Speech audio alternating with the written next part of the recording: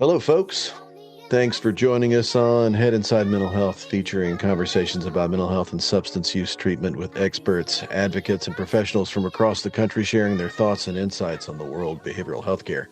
Broadcasting on WPVM 1037, the voice of Asheville, independent commercial-free radio. I'm Todd Weatherly, your host, therapeutic consultant and behavioral health expert. With me today is Dr. Stephen DeMille, otherwise known as DeMille, Executive Director of Redcliff and Three Peaks Ascent Wilderness Therapy Programs, part of the larger Ascent Behavioral Health Programs family, providing residential and nature-based programs for adolescents in the heart of Utah, where we just were able to be together for a conference out there. Very beautiful. Stephen's connection to the outdoors goes back to his childhood in Las Vegas, where trips into the wilderness of southern Utah, hiking Zion, climbing Vail, shaped his belief that nature is one of the most powerful settings for healing. That belief has guided his career, spanning more than 2 decades, starting in 2000 as a field guide at Three Peaks Ascent and growing through roles as senior field instructor, field support manager, assistant medical director, primary therapist, and research director before stepping into his current role as executive director. He got a doctorate somewhere in there. Stephen is a licensed mental health counselor with clinical training in experiential therapies, narrative family therapy, Adlerian therapy, and cognitive behavioral therapy, and has worked with adolescents and families across residential treatment, community mental health, and foster care settings. He holds his MA in mental health counseling and a PhD in counselor education and supervision, with research focused on nature-based short-term residential treatment, adolescent development, and counseling ethics, where he presents and publishes at conferences around the world. Outside of his work, he's still outside. Even though he works outside, he's still outside. Dr. Stephen lives just outside Zion National Park with his wife, a former Three Peaks field staffer herself, and their 4 children, where family time in nature is a constant. Dr. Stephen, welcome to the show. Thank you, Todd. I'm glad to be here and looking forward to our conversation. Excellent. Well, we share a lot of background. I started in this field as a field instructor as well, in a wilderness program, way back in the day. I'm only slightly older than you are. Uh, and combining nature with what I felt to be something that's like, how do people heal from the conditions that they suffer from? They find meaning in things. They reconstruct their life around something that means something different. And nature is one of those places that has always carried great meaning for me. It's a place that I just love to spend my time in. And coming into this field in the wilderness approach to wilderness therapy and healing in wilderness settings and experiential therapies and adventure-based settings, taking that to kids, taking it to adults even, and helping them kind of recraft meaning so they can find something in life that feels like it's really worth living for, that they have some agency in the way that their life is directed, has been like paramount to everything I've ever done and continues to be so. Where did you, it sounds like you grew up in the woods, or well, in the desert in your case. Yeah. What kicked you off? Like, where did you start? Where was your entry point into this field? Yeah. So, growing up, I had very little exposure experience with the helping or the human services field. Um, so my entry point actually came through the outdoors. And so growing up in Vegas, we don't have wonderful access to the outdoors. So I grew up traveling. We would go to Utah and California and some places that had, places where we go camping and such as a family. Me and a few of my friends started an adventure club in high school, and it was partially an excuse to miss class to go camping, and we also still liked camping, and so it was like a double benefit. And then after I graduated from high school, in a backpacking magazine, there was an advertisement that says get paid to camp and hike. And I was like, I'm used to paying for these activities. That's good. I would sure like to get paid to do these things that have cost me money for so long. And it happened to be at a wilderness therapy program. And so shortly after I graduated high school, when I traveled to Utah, and took my first guiding job working in the human service field. And when I started in wilderness therapy. My attraction there was because I was working in the outdoors, right? So I was doing these 1 to 3 week long treks where we would take these groups of, at the time, we would call them at-risk populations into the backcountry, and we would provide for them these kind of small community living environments where these struggling teens could get and receive feedback in real time, have these impactful experiences, and it's a place for healing and change. And I early, it was actually fairly quickly in my career, my motivation for the work shifted. I started wanting to be in the outdoors. And I quickly realized the thing that actually gave me value in the experience was not just being in the outdoors. It was the types of relationships that were being built with these small groups in the backcountry. I remember there was actually a specific experience I had with this kid who was from New York, had very little outdoor experience, came here, was very insecure, didn't feel like they could do anything. I was working with them one day. They, didn't. There was an assignment they had to do. They were supposed to make a primitive fire using a bow drill. This individual thought like, "There's no way I'll ever do this." We worked on it for a few. I mean, she'd been there for a while, but we had really focused on it for a few days. And when that individual got their first fire, it was it, it was like a light bulb went off. It was like a spark ignited in that individual at that in that moment. And Stephen, are like you a metaphor junkie as well? I think that comes with the territory. I think that comes with the territory. But that spark, and then sometimes it's a slow change, but for this individual, it was quick. They went from I can't do this simple activity, and it started to translate into so many other things. It wasn't very long until that person was taking on a leadership role in the community. I mean, the dominoes that fell after that individual had that first success that they genuinely believed they could never do, completely transformed their trajectory, and they left there a completely different person. And that experience right there, I was just like, this is more than just the spending time in the outdoors. And that's when it shifted for me. I was actually on a different career track. I was studying biology, wanted to go into, was interested in ecology. And it was my junior year of my undergrad. I was like, I'm switching to psychology. Like, I love the outdoors, but there is something special about the helping and the human service side of what we're doing. So that was my introduction to the field and what got me started on it. Just as a parallel, I too was like a major AP biology guy, walked into college and thought I was going to major in biology, tried doing so for the first year, realized that I not only do I love the outdoors, but telling me that I need to sit in a lab for hours on end was like, I don't think I can do that. And switched to My psychology. my minor ended up being in biology, and my research project, microbiology, I spent a year in a microbiology lab growing bacteria, and that's what did it for me. I was like, I cannot grow another petri dish of Petri dish. bacteria.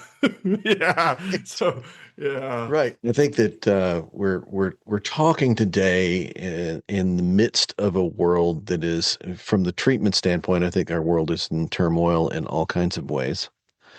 But the treatment world is in a bit of turmoil.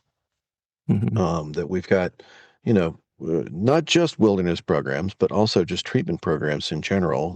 They struggle with census, or they struggle with, finding families that are willing to commit to treatment, even when their child clearly is indicated for it, because they've got all the hyperbolic news that's out there from Paris's story to everything else trying to kill treatment programs. I've always said, I said, look, if you want to go and find treatment programs that are doing a really bad job, just go to all your state programs and you won't Mhm. have to look very far. But they've been coming after private pay folks and, trying to saddle them with all kinds of you're terrible and you do terrible jobs. I'm not saying that our field hasn't had, times of development. You talk about this Mhm. first time you went in as a wilderness guide and you were a high school student. You know what I mean? Mhm. Like, It's like, well, technical skills can be done by a high school student competently. Processing skills, on the other hand, might require a little more training. Mhm. You might want that person to have at least an undergraduate degree before they step into a role that they're processing with individuals at that level. So, at any rate, our field Mhm. has from census to theoretical models and the way that we approach trauma and all the pieces that kind of go into this. I don't think people really understand what treatment looks like. I don't think they understand the depth and breadth of ideology and approach and professionalism and all the things that that you really want to consider while you're doing this. You're a person who's, invested yourself in supervision and research. Your doctorate, I've seen you speak across the country. I love watching your presentations. In your mind, if you had a family that's sitting on the fence right now, and they've got a child who's, and I love to say this. It's like, well, if you had Paris Hilton as a 15-year-old, what would you have done with her? Keep her in the house? Let her keep running around the way that she was? Probably not. You probably would have wanted to do something. So if you had a Mhm. family that's sitting on the fence and they've heard all this news on one side, but they're faced with this challenge, this child that they can't control, they need treatment, they're reluctant to press the go button. What is a one or two things or a key piece of information that you would provide for them to weigh in on that decision? Yeah, there's a few thoughts that I have on that, and the first one, and I Just a think it few. addressed yeah, just a few, and then I'll try to stay as focused as I can. And you can tell from my introduction that being focused is not my strength. Um, so the first thing that I would want to tell that family is there is no better time to seek out higher levels of treatment care than it is right now. There's no time where it's safer. There's no time in our treatment history where it's more effective.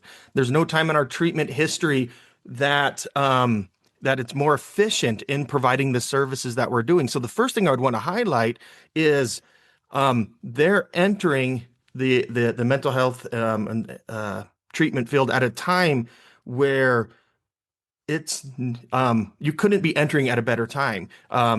The programs that they're going to be looking at, especially if they're working with a consultant, are going to be programs that are licensed by their state. And we're at a time where many of the states are have really professionalized the way that they are overseeing their treatment facilities. The accreditation right now is become standard for mental health, where 10 years ago you wouldn't necessarily see programs that were accredited. Where now um, it's unusual to see a program that's not accredited, right? And so Right. the Hmm. the the bar has just been risen, and part of that has come from the outside pressures, and part of it has come like the mental health field. If like at any given point, if you look back 30 years, you'd look back and be like, man, we've grown a lot. It's because mental health is one of those fields that is improving, and it's improving in a pretty significant and exponential way. The other thing, in addition, so one thing I'd want to tell that family is there the treatment field is at kind of its prime right now, and my guess is in 20 years, like it'll be better. But that's one of the cool things about this field is one is you're seeking help, but probably the best that the mental health field has been. The other thing I would want to tell them is early intervention, you're going to have better impact. The earlier you can intervene, the greater impact you'll have. Not only that, the more options you'll have, the longer the distress or dysfunction continues, the more ingrained those behaviors have, the harder it is to disrupt, the harder it is to intervene. There's a saying in some treatment areas that somebody needs to hit rock bottom before they're willing to train. That's only true if you wait too long. Like if you can intervene soon, you don't have to get to that rock bottom. You don't have to wait for that individual to be in the hospital fighting for their life before they'll become willing to seek treatment. The other thing is there's a little bit of a narrative out there about the higher levels of care, the residential, the inpatient, that those are there's like this pushback and saying like, hey, those aren't necessarily needed. All of these things could be treated in a community mental health setting. That is absolutely not true. The experts, the professional societies do not agree with that. That is coming from your social media, but it is not coming from the experts. If somebody needs a higher level of care, needs a residential or an inpatient setting, get them the level that they need. Like, They need the don't, right level of care, you know? yes, get them the right level of care, get them, match it. One of the worst things you can do is to underserve that individual, because then they're going to have treatment failures. And that will make it harder later when they have a history of treatment failures. And then they're going to think that treatment doesn't work. And they've got this Mm-hmm. kind of trauma related to treatment and everything else. We see a lot of families that have got something like that where they tried to do something that Mm-hmm. was not enough. It didn't work. And Yeah. then, they've got this idea about what treatment is, except they've never really, they've gone to Reddit and social media to understand what they're supposed to do. They've not actually consulted with a professional who knows the full breadth and spectrum of treatment. And now they're faced with a situation. Things have gotten Yeah. worse. But what you're saying about, start now, don't wait. You don't have to be in a crisis. It's true across. There's not a condition in the world Mm-hmm. that's not true. It's like the earlier you catch it and treat it, the better off you're going to be. Yeah. Um, let's take it another level though. And this is, I want you to be able to speak to this because while the treatment industry itself has been taking some heat, the Mm-hmm. wilderness and outdoor based experiential programming has taken the most heat. You know, Mm-hmm. the focus has been, even in the news recently, we saw Provo Canyon, lost their license and had to close and everything else. And, they've been fighting that battle, and I don't think particularly well for a long time. And you can find bad actors just like you can in any field, Mm-hmm. which is why we have standards and certifications and all the things that you're talking about. But why wilderness? You know, Mm-hmm. you got a family, they're sitting on the fence about treatment, and maybe wilderness is the thing that's indicated for them, but they're averse to what they feel to be is the risk that Mm-hmm. you take by going to an outdoor program versus a facility-based program. Speak to that for us a little bit. Yeah, so I'll address it in two areas. One is treatment wise why, and then I'll speak a little bit to the risk associated with wilderness, that or the perceived risk associated with wilderness. On one side you have, so why the wilderness? And so one way that I like to frame this is, one of the things that I think wilderness does better than many of the other treatment settings and environments that I've experienced is the wilderness or outdoor programs are are both acknowledging and embracing some of the wisdom traditions of our past. So like we've evolved over many years, decades, centuries, millennia. And through that evolution, if you look through the records, we as a species have been going to the outdoors for healing since.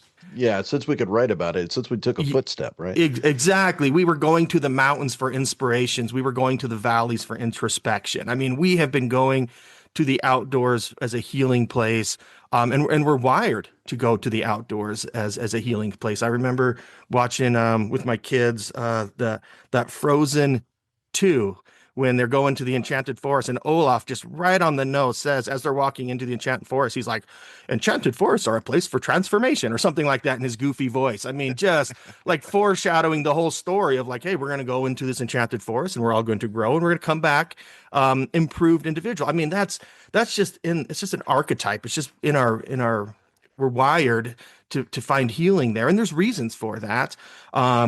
But wilderness then combines kind of those wisdom traditions of our past with kind of our modern understanding of change and healing. And so you're going and you're having these transformative experiences that we've had, since our species has been documenting these experiences, and we're combining it with kind of our modern theories. You mentioned narrative therapy. Narrative therapy is a structured way for us to build a relationship with our stories and to change our relationship with our stories. And there's no better place to do that than sitting around a campfire. You get somebody around a campfire, they won't be able to resist storytelling. That's what you do when you sit around a It's true. campfire is you tell stories. And so taking that what we understand from our from this narrative therapy approach, and we can help people change their relationships to their stories, help them be able to identify the problems within their stories and adapt their relationships so they're not these problem saturated stories. Another reason for the outdoors is for many individuals, they've had experiences with treatment that hasn't had the impact to redirect them because of the novel environment of the outdoors, both in the environment, but the more so in the kind of this the social setting is novel. There's just such a high level of interdependence in a wilderness program where you are just highly dependent on your community. The opportunities to give and receive feedback is outstanding. It's particularly impactful. And developmentally for youth, if you want to have impact with youth, it's not going to happen on a one-on-one level. I mean, that's the Adlerian part. Adler believed that individual therapy with youth was a waste of time. It has to be done within a community. And that's my beliefs as well. That's why I've attached so much to Adler is like you got to do it in a peer setting if you're going to work with youth in this kind of hierarchical counseling setting. It's not you're not going to have the impact that you want to have with the youth, and it's particularly potent in a wilderness community. Like I said, if a kid's not doing their part, the community of peers feels it, and that kid gets that feedback at home. If a kid's not doing their part, they stay in bed. Their society has created buffers, so the kid just stays in bed. The family gets punished a little bit depending on the state. They might have the school, chastising the parents about the kid not getting up, but the kid is just like, I'm good. I'm going to play video games in the basement. You deal with it. We're in a wilderness setting. That kid isn't insulated from the impact of those behaviors. Well, it's Ericksonian as well, right? Yeah, yeah. You get to this. I mean, we have this argument about age and development are not necessarily lining up as well these days. But you look at this kind of adolescent age, and Erickson's like, they're going to get more from their peers than they are from you. Just beware that your Yeah. importance as a parent diminishes. Your opinion and Yes. your importance as a parent diminishes when they turn into teenagers. Um, Yep. I, I, I, I certainly have a personal experience with that. I'm Yep. sure you do too, but it's like you can't do it without having their peers around them because that's where they're going to get Yeah. they're going to get the message. Yeah, and I love it when I'm on a phone call and I'm doing a family session and the kid goes in there and he's like, "Guess what I learned this week? I was doing this activity with my peers and somebody said this." And the kid says something that they learned that the parents has been telling them for like the past 4 years. And the parents are like, "What do you mean you just learned that? I've been trying to emphasize that for since you were 8 years old, and now you're coming to me. I just learned it." It's like, and I'd have to sit there with the parents like, "Listen, it's the novel environment. No, this isn't the first time they've heard it, but it's the first time that they're starting to internalize it." Well, it's also an intentional social group. Hmm. When if a kid's getting in trouble and they're going to school, they might be isolating or they're hanging out with kids who are going to support the current behavioral set that they've got going on. You Hmm. pull them out of that environment and you put them around kids who are, getting professional help, being redirected and guided conversations and guided peer relationships. And all of a sudden that tone shifts and they start to alter because then you put them in a pool with a positive message instead of a negative one. So, I mean, it's hard to do in a home. That's Hmm. part of the argument I believe you're making here. It's hard to do in a home when you've got that Yeah, stuff. and part of the reason it's hard to do in a home is there is something about the familiar environment. When we're in a familiar environment Mm. and we're doing what we normally do, whatever maladaptive behaviors we have, it's really hard in a familiar environment for us to experience that differently. When our parents are telling us, like, "Hey, that's not a good idea," or our therapists are telling us that's not a good idea, or teacher, like when we're in a familiar environment, the consequences of our behavior aren't as noticeable for the individual. And this comes out of the outward bound process model. However, you put somebody in a novel environment like the outdoors, they begin to experience themselves and their impact on others in a different way, simply by changing from a familiar to a novel environment. And that's why you oftentimes hear people say they go on this backpacking trip and they come back with all of these new insights. Well, those insights come in part and heavily because of that novel environment that they're in.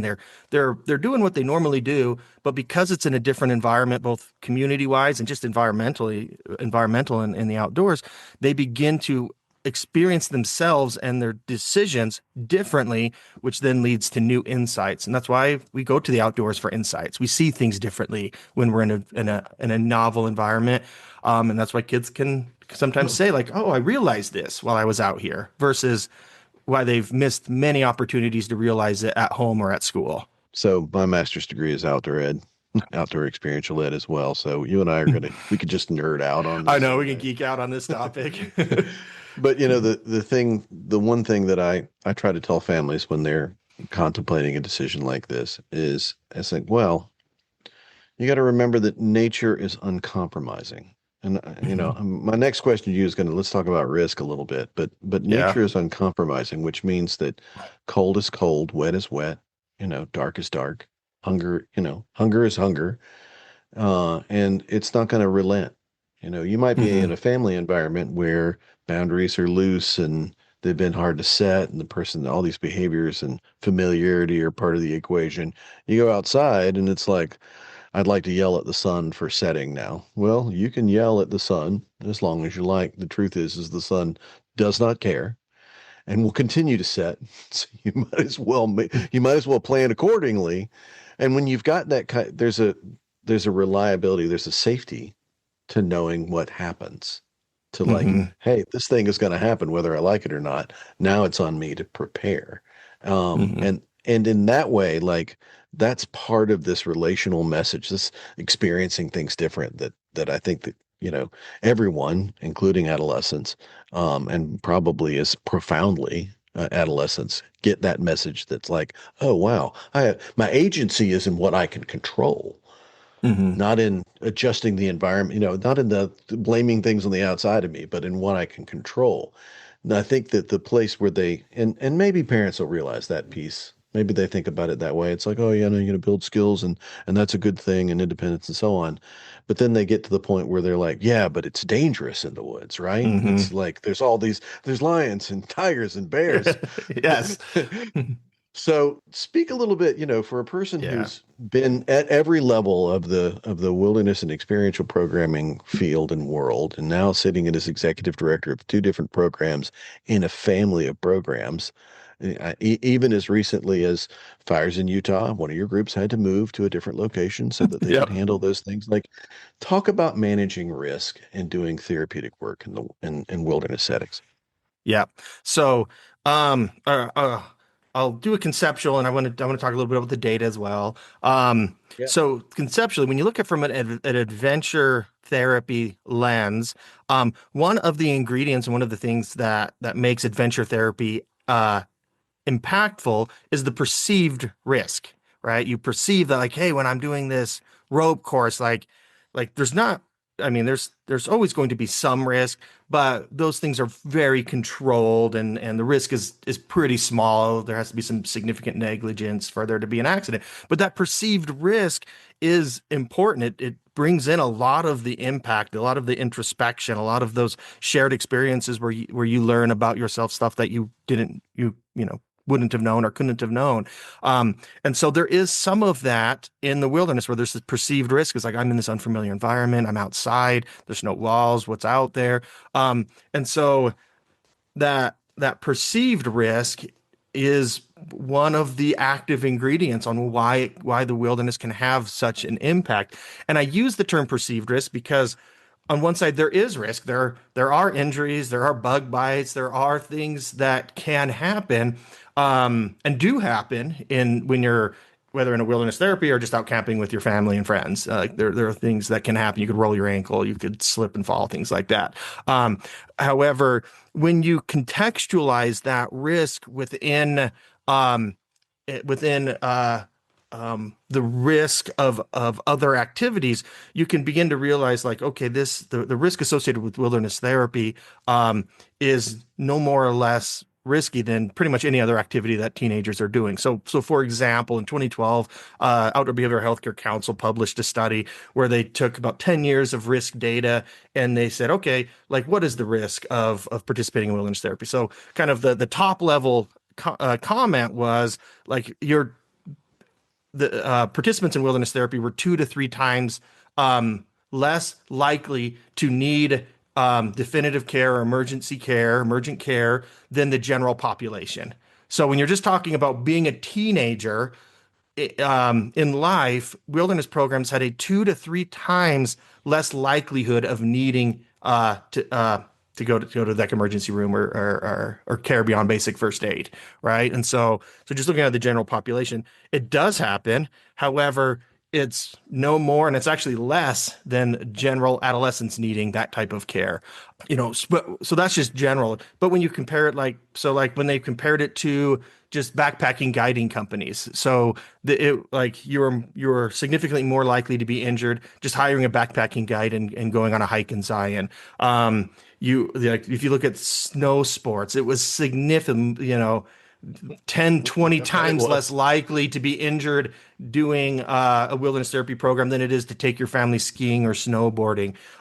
For sensational value, they looked at football, and it was 140 times more likely to get injured playing football than you are in a wilderness therapy program. And I've always wanted them to do cheerleading, because from what I understand, cheerleading is the sport that has the most injuries of any sport. And so there is risk. I don't want to diminish that. Like if somebody decides like, hey, I want to go to wilderness therapy, there's going to be an informed consent form that family has to sign that says, hey, there's inherent risks here, and yeah, there are risks. And on one side, the increased perceived risk is important to the healing process. And when you contextualize it to other things, things can happen. However, the rates at which they happen is much lower than oftentimes they get presented or people experience them. And I mentioned that as people, we kind of have this collective unconscious around the outdoors as a place for healing. There's another side to that. There's this archetype There's around another collective unconscious, right? Yeah, there's another dimension here where for a long time, to keep kids from wandering off, we used to tell them scary stories about the woods. So the woods is on one hand a place of healing. On the other hand, a lot of our modern media representations of the outdoors, it's usually like a scary movie. It's just like, like we're going to the woods, the camp, and then, there's monsters out there, right? And so like there's this archetype that it's like it's a scary, dangerous place, and that's also baked into who we are as people, and it tends to get over exaggerated versus the realities of the actual risk associated with going others is much lower. But however, emotionally, we experience that risk as much more emotionally influential than what it actually is. So I'm thinking about this family we're talking about, right? Mm-hmm. This family that's on the fence about treatment. It's like, all right, we've covered if you're being recommended for treatment, you should go get that as soon as you possibly can, and the right level of care. And if residential is indicated, you shouldn't hesitate. Pull the trigger, Mm-hmm. get it done if you can. And then you're like, okay, well, what about the modality? Okay, well, we've talked about the value of the modality. And you and I could nerd out on that and talk about addiction to metaphors. Yeah. Yeah. Until the cows come home. I could keep going. Then, I could keep going. So don't right, get me started. right. And then we talk, well, what's the risk? It's like, well, if you survive the drive to and from there, then you probably Yep. That's had the your riskiest thing you'll cards. do. Yep. The riskiest thing you do is drive there. Yep. Let's be clear. Mm-hmm. You got in a car today and you survived the experience, then you're probably going to do just fine in wilderness therapy. So let's get a little nuanced for a second before, we run out of time, because you and I could probably just spend hours about this. Yeah. We get to the place where the abuse and neglect have happened. And it's happened in the past. We know that it Mm-hmm. has. There's been bad actors. And even as a field, there was a period of time when wilderness was used as a methodology to work with at-risk teens, and by at-risk teens, I'm talking court-referred teens. I'm talking kids Mm-hmm. that were in pretty serious trouble. They were doing that as an alternative to jail, is what they were doing. Yeah.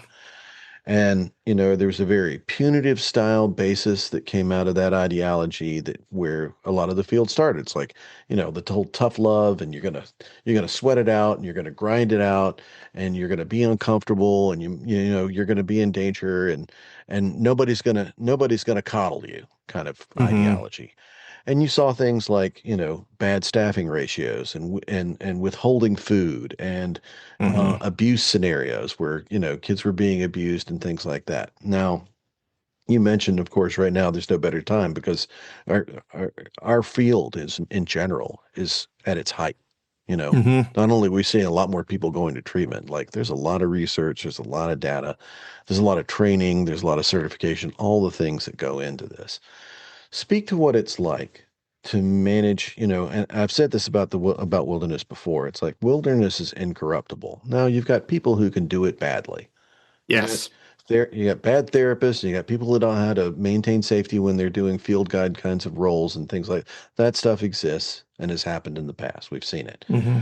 How is it that you manage your staffing, both clinical, technical, and otherwise, in conducting safely, not only just like physical safety, but emotional safety for the adolescents that you serve in your programs? What's the trick there in your mind?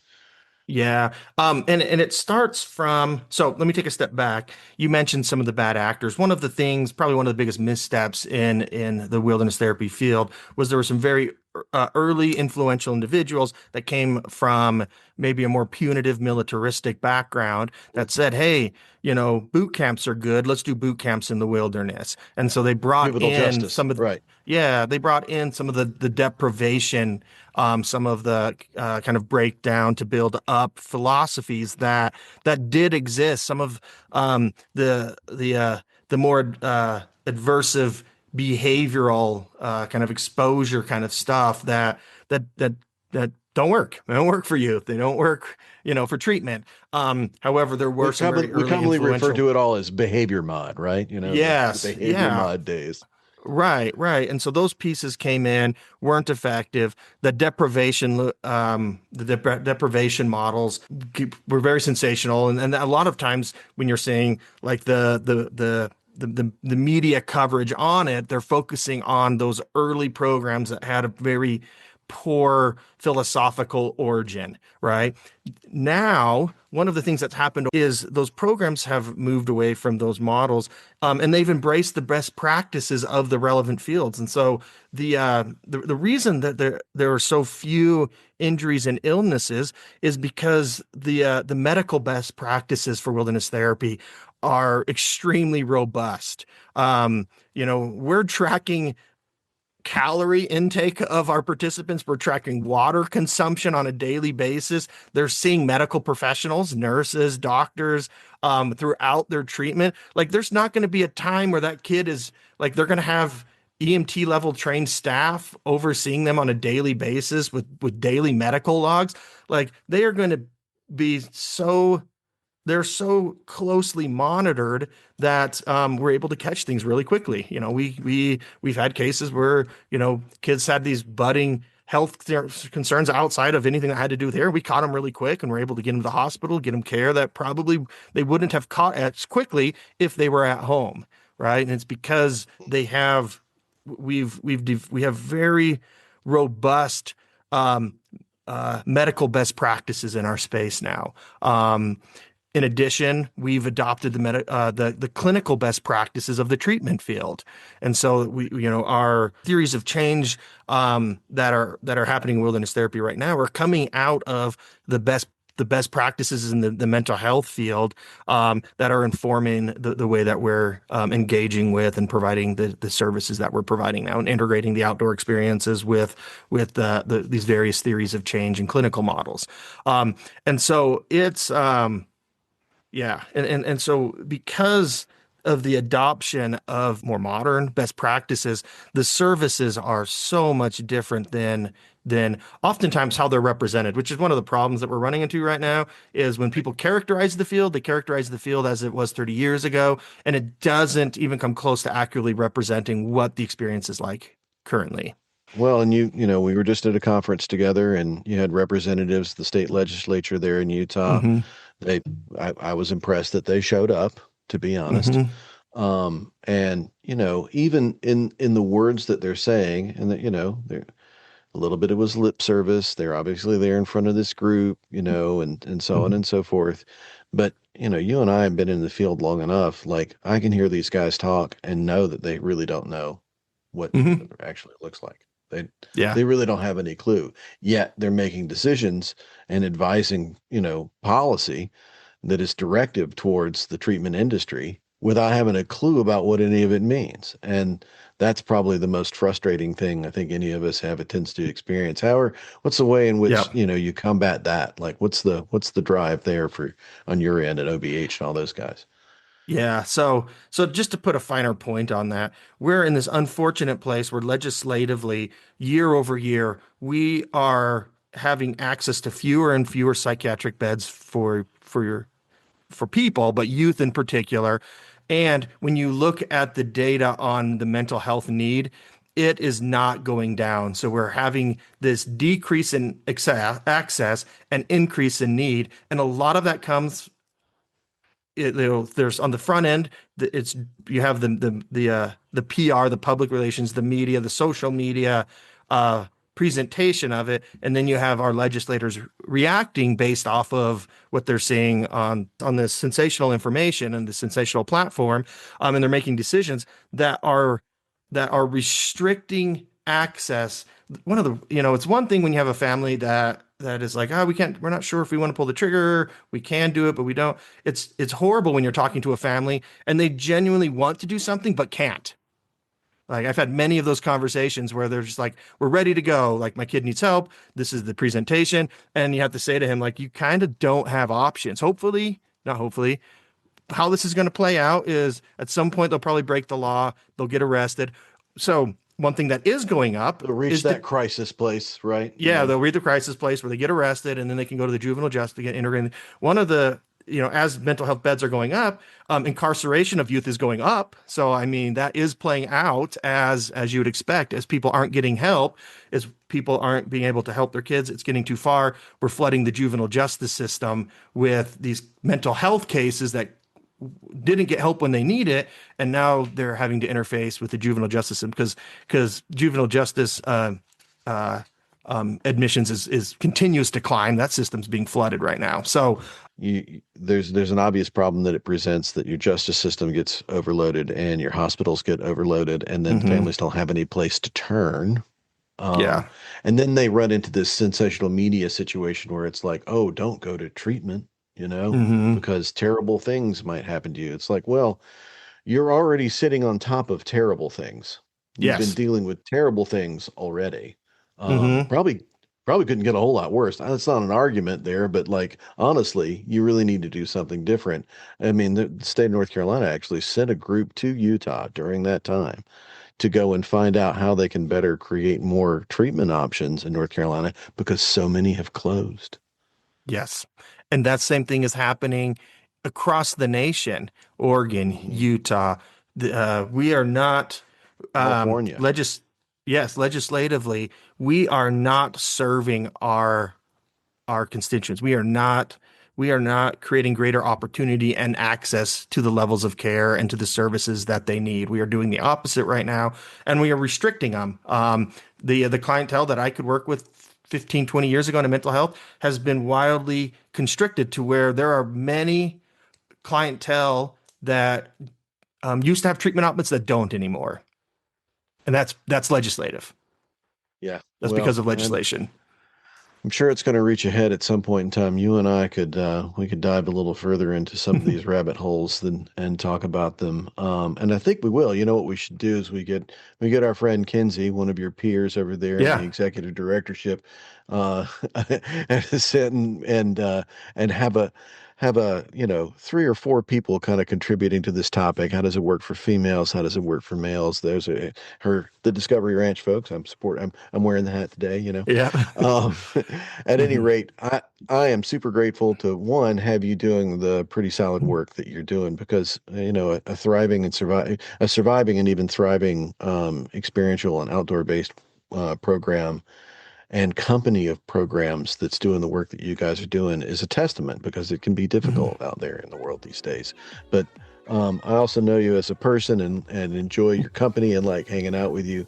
Let's get back on the show again sometime. My guest today has been Dr. Stephen DeMille with Redcliff Ascent. I'm Todd Weatherly, your host on Head Inside Mental Health. We'll look forward to seeing you next time. Thanks, Todd. Thank you.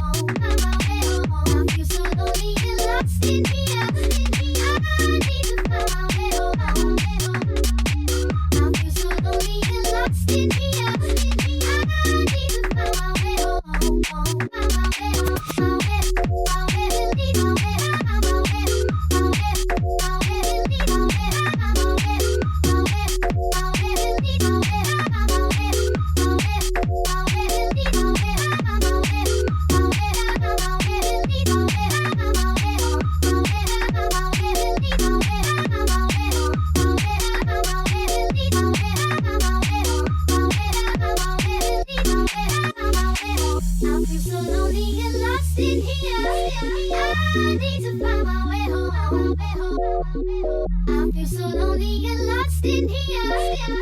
I need to find my way home. I feel so lonely and lost in here. I need to find my way home.